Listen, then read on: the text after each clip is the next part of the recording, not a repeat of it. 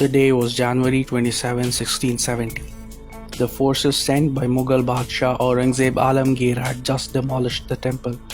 A lofty Eidgah would soon be built at great expense right where the temple once stood. The temple's idols, said to be set with costly jewels, were brought to Agra and buried under the steps of the Jama Masjid so that the faithful would continuously trod upon these symbols of idolatry. This is how the chronicler Saki Mustaid Khan recorded the destruction of the Keshav Dev temple at Mathura. But this was just the final stage of destruction faced by the temple that was situated at the birthplace of Lord Krishna.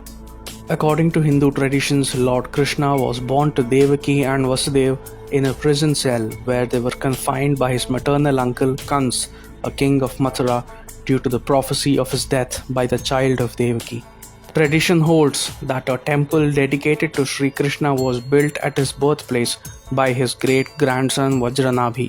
Archaeological excavations in Mathura have revealed that the site was inhabited from the 6th century BC, and the temple may have been erected as early as the 1st century AD. It was this temple that was plundered and desecrated by Mahmud Ghaznavi during his 9th invasion of India in the year 1071. For 21 days, Ghaznavi's armies vandalized the city of Mathura and its temples. Despite this, Hindus never abandoned Mathura. As Al-Biruni, an Iranian chronicler from the 11th century, wrote, Mathura was venerated because Vasudeva was born there. After Ghaznavi left, a vassal ruler of the Gadahavala dynasty known as Jajja rebuilt the huge temple in Mathura in 1150 AD. This temple was destroyed by Kutubuddin Aibak, general of Muhammad Ghori. Again, Hindus did not abandon the goal of building a temple at Mathura. During the rule of Jahangir, political compulsions allowed King Bir Singh Bundela, to whom Jahangir owed his throne, the opportunity to rebuild the Keshav temple.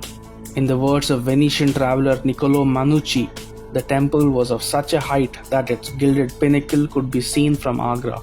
French merchant Jean-Baptiste Tavernier wrote that it was one of the most sumptuous buildings in all India. However, 2 generations later, things turned for the worse. In 1669, Aurangzeb issued a general order for the demolition of Hindu schools and temples. A year later, he specifically ordered the destruction of the Keshav Dev temple and had the Shahi Eidgah built in its place.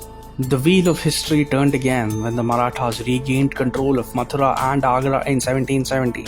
They declared the entire temple land as Nazul or government land, which brings us to the genesis of the current dispute over Krishna Janmasthan. When the Marathas were defeated by the East India Company in 1803, the land continued to be treated as Nazul land. In 1815, Raja Patnimal of Banaras bought the entire parcel of 13.37 acres from the East India Company.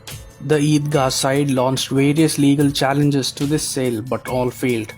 The descendants of Raja Patnimal kept winning, and the only thing the Muslim side won was the right to access the Eidgah. In 1944, the Keshav Dev temple land was bought from Raja Patnimal's heirs by Seth Jugal Kishore Birla, Pandit Madan Mohan Malviya, and 2 others who created the Sri Krishna Janmasthan Trust in 1951.